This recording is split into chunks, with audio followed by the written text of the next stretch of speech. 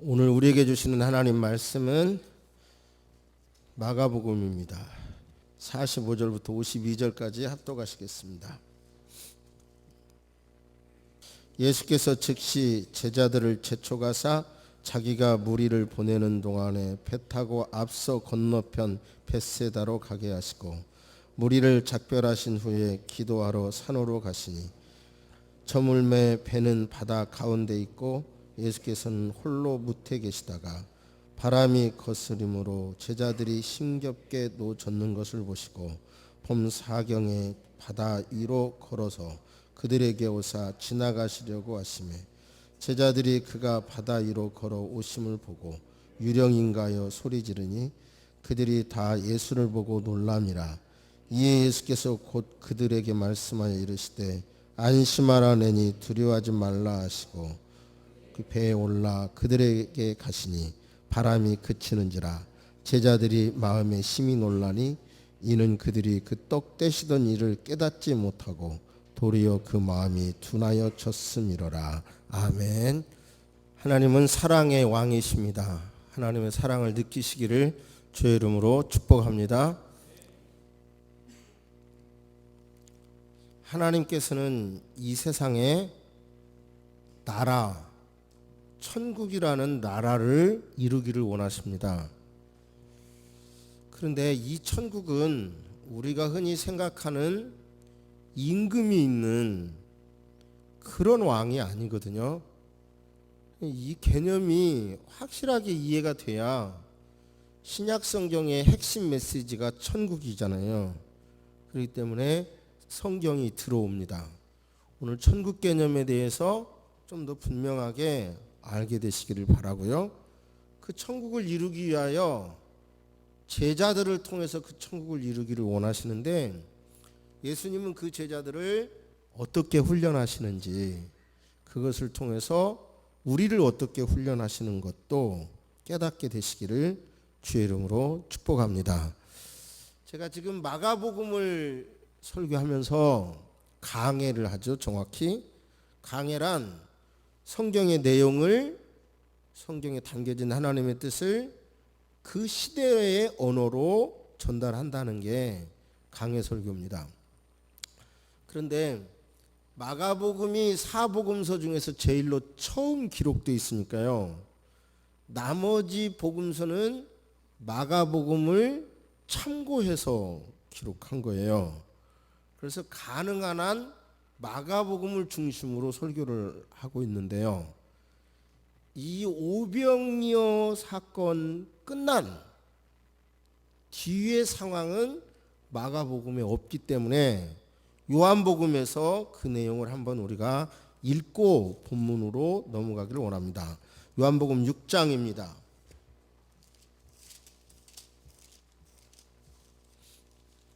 14절 보시면 바로 오병이어가 끝난 다음에 그 사람들이 청중들이죠. 예수께서 행하신 이 표적을 보고 말하되 이는 참으로 세상에 오실 그 선지자라 하더라. 그러므로 시작. 예수께서 그들이 와서 자기를 억지로 붙들어 임금으로 삼으려는 줄 아시고 다시 혼자 산으로 떠나가시니라. 저를 보세요. 그러니까 경제적으로 어려운 때에 어린아이 도시락 하나로 여자와 어린아이를 빼고 5천 명을 먹였으니까요. 추산 인원 한 2만 5천에서 3만 명은 좋게 되겠죠. 이런 엄청난 일을 경험하고 나서 야, 이분을 메시아로 왕으로 삼았으면 좋겠다는 움직임이 일어났고 구체적으로 일어나서 예수님을 임금으로 세우려고 하자 예수님은 이제 마가복음 본문으로 돌아오면 제자들을 강력하게 바다 저편으로 건너가라 그러신 거예요. 왜 그러셨을까요? 그 이유는 바로 예수님을 세상의 임금으로 삼으려는 사람들에게 제자들이 영향을 받지 않도록 하기 위한 예수님의 조처라고 저는 이 자료와 기도하면서 모든 걸 정리하고 그렇게 깨달았습니다. 그러니까 예수님께서 원하시는 나라는 세속적인 임금이 되는 것, 그래서 당신의 정치적인 그런 계획을 가지고 나라를 세워가는 걸, 그런 걸 원하시지 않은 거죠. 쉽게 말하면 칼 막스의 사상을 레닌이 소련이라고 하는 나라에서 구체적으로 실현해서 사회주의 국가를 건설했는데요. 바로 이론과 실천을 겸해가지고 나라를 이렇게 세우면 되는 거 아니야? 이런 생각할 수 있겠지만 예수님은 그런 나라를 원하시지 않은 거예요. 이해가 되시죠? 조금 더 정말 부탁합니다. 세속적인 기업도 마누라 처자식 말고는 다 바꾸라, 막 이렇게 바꿔야 살아남는다, 이렇게 주장을 했고 그렇게 한 기업이 살아남는 걸 보잖아요. 한국 교회가 어려움을 당한다고 하면 유머 수준의 설교에 만족하지 말고 성경의 깊은 뜻을 이 시대의 언어로 소화해내는 성숙한 여러분이 우리는 되어야 될 줄로 믿습니다. 이 본문을 이해하기 위하여 역사 전체적으로요, 정치와 종교의 관계를 간단하게 요약하면 맨 처음에는 제사장과 왕이, 제사장과 권력이 하나였어요. 하나. 우리나라로 말하면 고조선 같은 때, 원시 시대는 그랬죠. 그래야 권위가 있죠. 정치적인 지도자와 제사장이 하나. 그러다가 이게 발전을 해서 근대 국가의 뼈대가, 핵심이 뭐냐면 정치와 종교를 분리하는 겁니다. 그래서 세계 이제 근대 국가의 헌법을 세우면서 정치와 종교를 분리하는 것이 뼈대예요. 그래서 우리나라도 그것을 헌법에서 정하고 있죠. 정치와 종교를 분리하는 것을. 그런데 또 놀라운 현상이 벌어집니다. 전체주의라고 그러는데요. 전체주의 안에서는 다시 정치와 종교를 합했어요. 그게 바로 그 이탈리아에서 무솔리니가 했고요. 독일에서 히틀러가 그걸 했고요. 영국에서도 죄송합니다. 소련에서도 그 일을 했죠. 그런데 제가 깜짝 놀랐어요. 주체사상, 이북의 사상을 말하면 옛날 용공 뭐 그러니까 아예 그쪽 공부도 안 하고 책도 안 봤는데요. 이제는 그런 거가 통일교육법이 바뀌었죠. 그래서 통일부 자료나 이런 자료를 보고 깜짝 놀랐어요. 정말요. 기독교에 우리는 신론, 일론, 교회론, 종말론 뭐 이런 거 있잖아요. 깜짝 놀랐어요.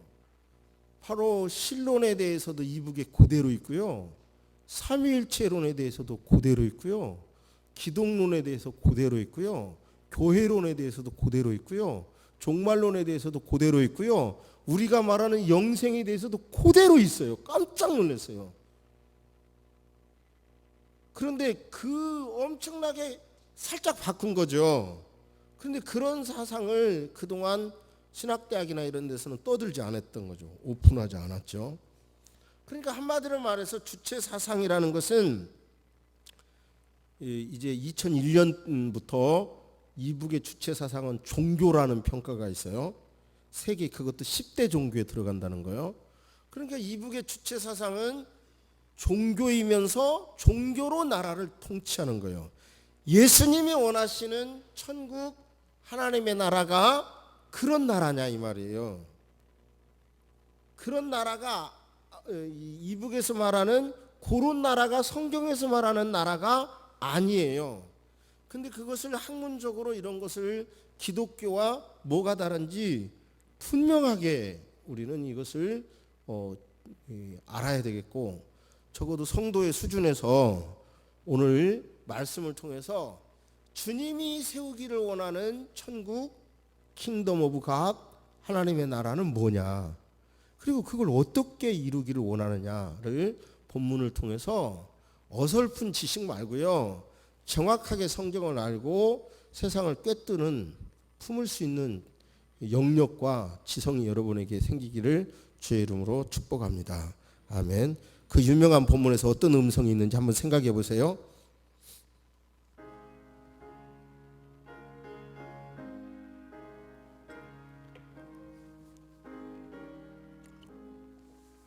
예수님께서 제자들을 둘씩 짝을 보내가지고 선교를 하라고 했죠. 그랬더니 귀신도 쫓겨나고 병든 자도 고쳐지고 능력 있는 하나님의 말씀을 배운 대로 해보니까 권세 있게 선포되고, 그러니까 그를 따르는 사람들이 금방 인산인해가 되는 거예요. 제자들이 예수님에게 모이니까 삽시간에 거대한 무리가 됐고, 예수님께서는 아마 그 제자들의 흥분된 생각도 좀 가라앉히고, 또 제자들이 너무 피곤해 보이니까 쉬도록 하기 위하여 바다 저편으로 건너가자. 바다를 이렇게 건너간 게 아니라 옆으로 건너가자라고 하신 거죠. 그러자 사람들이 예수님과 그 일행이 어디로 가는가를 알고 육지의 길로 먼저 달려가서 그 자리에 와 있는 거예요. 그러자 그들을 보고 예수님께서 목자 없는 양 같다고 느껴서 측은히 여겨서 그들에게 하나님의 말씀을 증거하셨죠. 그런데 이제 때가 된 거예요. 저녁 때가 되는데 먹여야 되잖아요. 그러자 예수님께서 제자들에게 먹이라고 그랬잖아요. 그러니까 제자들이 있는 걸 찾아보니까 어린아이 도시락 하나를 찾은 겁니다. 그것을 예수님이 축사하시고 떡을 떼어서 제자들에게 주자. 제자들이 청중에게 나눠주고, 그 일이 끝나자 예수님께서 고기를 제자들에게 나눠주자 제자들이 청중에게 나눠주는 일까지 하니까 25,000명 내지 3만 명이라고 할 때 그 일이 보통 일이 아니죠. 원래 피곤한 데다가 이 일까지 하니 얼마나 피곤하겠어요. 그런데 또 사람들은 저 예수를 왕으로 세우자, 왕으로 세우자. 그러니까 예수님께서는 강력한 언어로 저쪽으로 건너가라, 먼저 가라, 먼저 보내고 난 다음에 예수님이 뒤치다거리를 하셨어요. 오병이어에. 제가 쉬운 언어로 이렇게 다 설명하지만 이것은 이제 그 원문을 분석하고 그 느낌을 다 설명하는 거니까요. 잘 따라와 주시면 돼요. 그러자 예수님께서는 이제 자기를 왕으로 세우려는 사람을 다 집으로 보내고 당신은 산으로 올라갔어요. 예수님께서 제자들에게 저물었을 때 저쪽으로 가라고 그랬는데 새벽 서너 시가 됐어요. 그런데 그때까지 제자들은 역풍을 만나서 힘겹게 노를 저었는데, 힘겹게 이 물살과 싸우는 장면을 원어의 의미를 찾아보니까 지옥에 있는 것처럼 고통스러움을 느끼면서 힘겹게 몇 시간을, 정확히 말할 수는 없죠, 새벽 시간에 예수님 만났는데 저물었을 때 건너가라고 했으니까 몇 시에 출발했는지는 모르지만 적어도 6시간 이상은 돼 보여요. 그런 시간을 죽으라고 고생을 시키셨어요. 그런데 예수님은 그것을 산 위에서 보고 있었고 알고 있었어요. 그러다 이제 새벽녘에 물 위를 예수님이 걸어서 제자들이 있는 곳에, 배가 있는 곳에 오신 거예요. 그러자 오셔서 예수님이 옆으로 지나가려고, 지금 우리가 가지고 있는 성경은 지나가려고 하심에 오늘 설교의 포인트가 여기에 있으니까요. 지나가려고 하심에 제자들이 유령이라고 생각해가지고 더 소리를 지르는 거예요.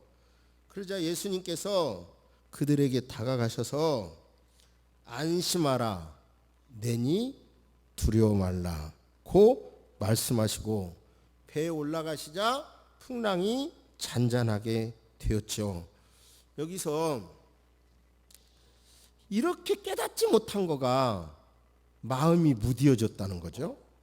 마음이 무디어진 증거를 말씀드리면 바로 오병이어를 체험하고 그 이적을 체험했으면 그거를 통해서 야, 살아계신 하나님 예수 그리스도 이걸 깨달아야 하는 건데 그걸 깨닫지 못하고 당장 역풍의 고통스러운 것만 생각한 거예요.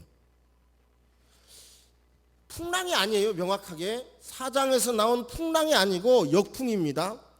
근데 사람은 때로는요 풍랑보다도 역풍이 더 힘들 수가 있는데 이 본문 안에서 역풍에 힘든 것은 예수님이 왕이 될 것 같은 느낌, 분위기에서 잘하면 자기들이 금방 한 자리 차지할 것 같은데 예수님께서 저편으로 건너가자 하니까 실망스러워서 더 힘이 들었다는 생각을 저는 하게 돼요. 실망스럽게 되면 사람이 그러잖아요. 그래가지고 이 마음의 참 그 좌절은 확실히 몸으로도 이렇게 다가오는데요.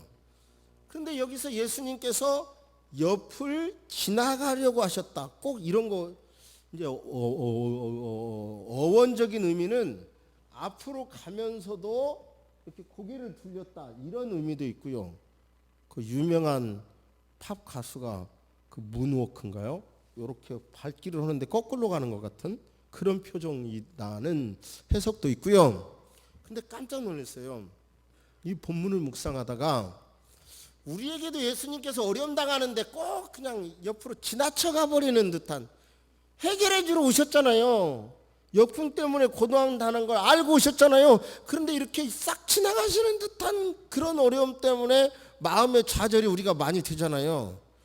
약 올리는 것 같기도 하고 뭐 이런 거잖아요. 근데 이 본문을 잘 연구하다가 제가 깜짝 놀랐어요.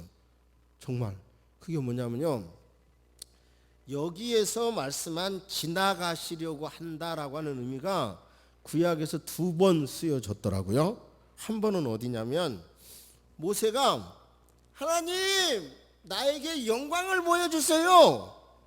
그러자 하나님께서 나를 본 사람은 살 수가 없다. 그래서 너는 내 얼굴을 보지 못할 것이다. 내가 지나갈 때에 네가 그렇게 기도하니까 너를 바위 틈에 숨겨두고 바위 위를 내가 이렇게 손으로 덮어둔 다음 내가 지나간 다음에 내 손을 이렇게 띄면 네가 내 등을 볼 것이다. 출애굽께서 네가 내 등을 볼 것이다. 그러니까 모세가 하나님 보여주세요. 그러자 직접 보면 너 죽어. 그러니까 직접은 안 보게 하고 내가 이렇게 손으로 덮어뒀다가 내가 지난 다음에 내 등을 볼 것이다 라고 하는 단어와 예수님께서 지나가시려고 하는 단어가 같더라고요. 그러니까 무슨 말씀이에요? 지나가신다는 것은 구약에서 내용으로 보면 하나님이 나타나는 현장을 말하는 단어였어요. 근데 그걸 연구 안 하니까 저도 그냥 약 올리려고 하는 것 같다 뭐 이런 정도로 알았는데 그런 뜻이 아니에요. 또 있어요. 이 단어가 쓰여진 곳이 엘리야가 하나님을 만나기를 원했는데요, 갑자기 크고 강한 바람이 막 산들을 박살내는 거예요. 그 다음에 바위들을 박살내는 거예요. 그 광풍 속에서도 하나님은 계시지 않았어요. 바람 뒤에 다시 지진이 일어나는 거예요. 그 속에도 하나님이 계시지 않았어요. 그 다음에 뭐가 왔죠? 불이 왔어요. 그 속에서 계시도 않았는데요, 그 뒤에 불 뒤에 세미한 음성이 들렸어요. 하나님은 그 세미한 음성 속에 있었는데 신약에서 바로 돌아보시지 않는 단어와 이 단어가 같은 뜻이라고요. 자, 이해가 돼요? 이해가 돼요? 이건 좀 이해가 돼야 되죠. 지나가신다는 게 꼭 약 올리려고 지나가는 건 이런 정도로 알았는데 그런 뜻이 아니라 구약 성경에서 사랑의 모습으로 직접 나타나면 사람이 죽으니까 하나님이 나타나 주시되 안 죽을 정도로 뒷모습으로 나타나고 세미한 모습으로 나타난 모습이 지나가신다는 단어와 같이 썼더라니까요. 그렇다면 뭐예요? 이 사람들은, 제자들은 구약을 그래도 아는 사람들이었어요. 그랬는데도 오병이의 역사를 체험했는데도 마음이 돌덩이처럼 무디어져서 그 의미, 구약의 아는 의미를 매칭하지 못했고요. 이 장면, 뭔가 오셔서 이렇게 지나가시는 모습을 보면 와, 구약의 엘리야의 모습, 모세 때 모습으로 하나님이 다가오셨다, 이렇게 해석할 수가 있었는데 그냥 지나가는 것처럼 보니까 유령이다 소리쳤고, 예수님께서는 오셔서 I am, 그러죠. I am I. 구약에서 좀 이해할 수 없는 단어가 모세대로 하나님께서 모세야, 너 내가 보낼 테니 바로에게 가라 그러자, 하나님 당신이 누군데요? 누가 가라고 해서 내가 왔다고 그럴까요? 그랬더니 하나님께서 I am who I am 그러셨거든요. 나는 나다. 신약의 표현으로 여기 와서 내니, 그 말은 I am 나다, 나다. 그러면서 나라고 하는 의미는 그 의미를 성도님들이, 그 제자들이 자기 신앙 고백으로 받아들이기를 원하는 거예요. 그러니까 아가서에서도 신부는 거듭에서 서슴지 않고 나의 사랑하는 자의 목소리로구나, 이렇게 말하는 것처럼 바로 하나님 예수 그리스도를 나의 구주로, 목자로 이렇게 받아들이기를 원하셨던 거죠, 이 사람들이.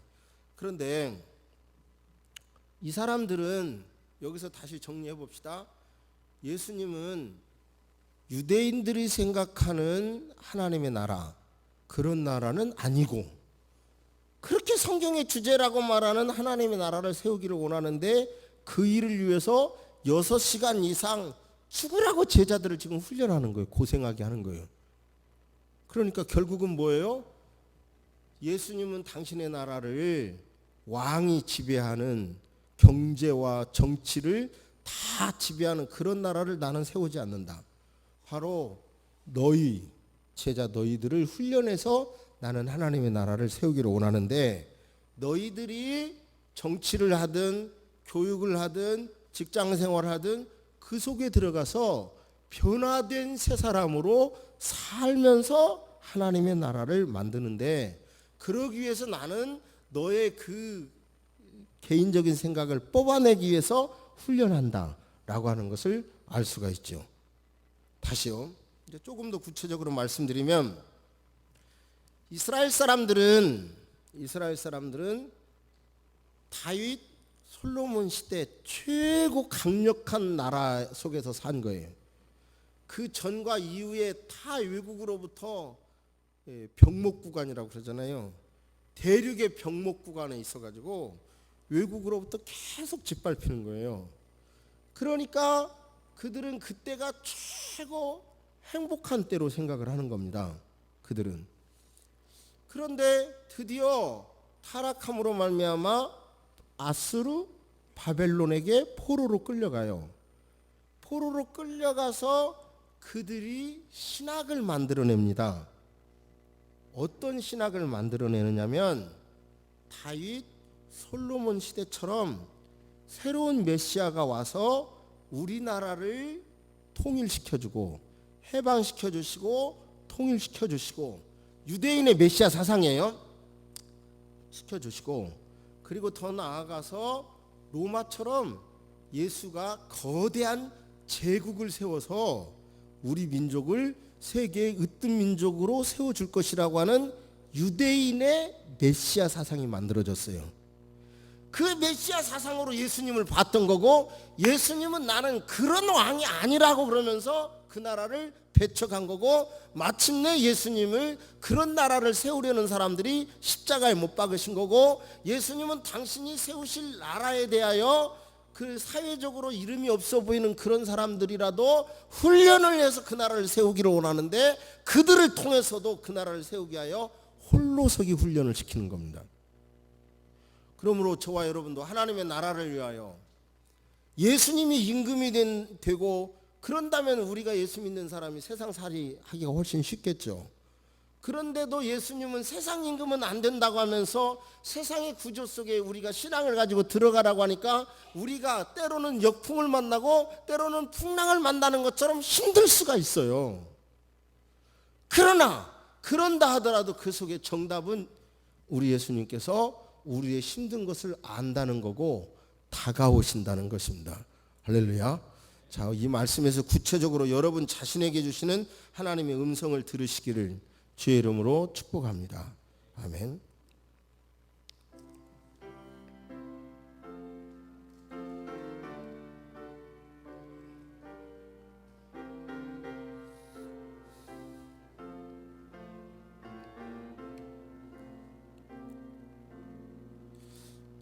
좀 실망하진 마시고요. 제가 어려서부터 예수 믿었고 젊어서부터 설교를 하는 사역을 해왔지만 항상 그래도 제 이름이 장춘이잖아요. 꿈이 길었어요.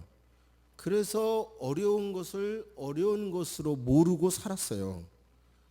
그런데 금년 후반기에는 죄송하지만 제 평생 가장 실망을 느끼는 것 같아요. 제가 개인적으로 그 실망을 느끼는 이유는 뭐냐면 이 정도 되면 이 정도 설교를 하고 이 정도 신앙생활을 했으면 나보다 내 생각보다 내 기분보다 하나님을 바라볼 때 하나님이 원하는 거를 가지고 내 생각을 주저앉히고 내 가정 생각을 주저앉히고 그럴 것 같았는데 금년에 실망이 된다는 것은 이쯤 되면 전혀 안 걸으리라 생각했는데 대단한 신앙을 가진 사람처럼 보였는데도 그 수준을 넘어가는 사람이 별로 없는 거예요. 그냥 평상시에는 굉장히 신앙이 있는 것 같은데 막상 어떤 이권이나 감정 문제에 부딪히면 하나님이 어떤 마음을 갖든 목사님이 어떤 마음을 갖든 교회가 어떤 마음을 갖든 이런 건 상관없이요. 다 나 중심으로 생각을 하더라고요. 제가 보니까. 그런 일들을 여러 건을 경험하면서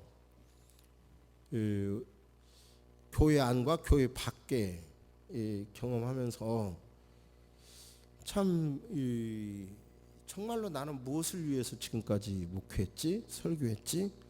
내가 복음을 제대로 잘못 전달한 거 아닌가? 그런 회의 속에 빠지는 거예요.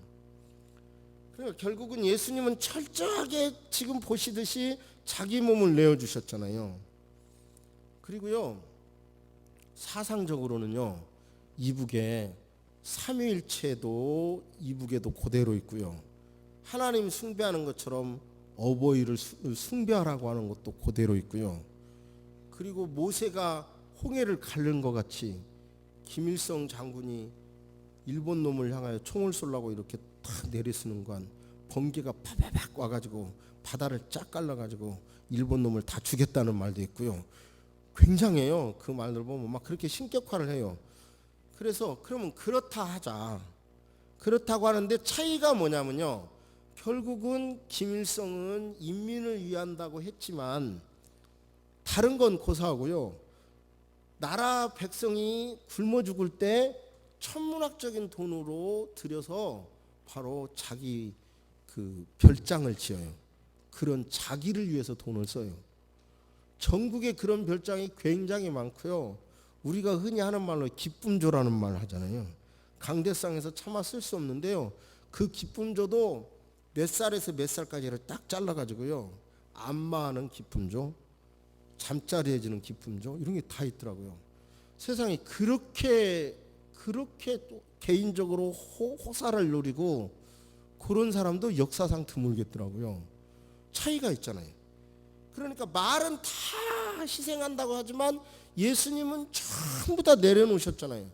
그러나 이쪽도 다 희생한다고는 했지만 결국은 대대로 저렇게 하고 그리고 자기는 온갖 걸 누리잖아요. 이 차이가 있잖아요. 저와 여러분의 신앙도 그리스도인이라고 하는 것은 사실은 나를 내려놓는 가운데 천국이 이루어지는 거죠. 할렐루야. 신앙의 핵심을 붙잡으시기를 주의 이름으로 축복합니다. 괜히 신앙 어설프게 배워서 예수 믿고 뭐가 잘 된다는 쪽이 예수 믿고 범사가 잘 되길 바랍니다만은 그것이 우선순위가 되면 이거 무당 종교와 똑같은 거예요. 그게 성경의 내용인 것을 명확하게 아시기를 주의 이름으로 축복합니다. 착한 사람들이 저지르는 실수가 있는데요. 어느 은행에서 이렇게 돈을 와뒀는데 이렇게 가져갈 수 있도록, 그런데 그 돈을, 일정한 돈을, 상당한 돈을 많이 없어지는데 누가 가져가나 나중에 조사를 해봤더니 자원봉사로 하러 온 그 착한 사람들이 조금씩 가져가더래요. 그게 유명한 책의 내용인데요. 그게 뭐냐면 착한 사람들이 그냥 내가 이 조금은 가져가도 모르는 거야, 요런 식의 은근히 그런 건 있다는 거예요. 예를 들어서 이렇게 길이 이렇게 가다가 이렇게 빠져가잖아요.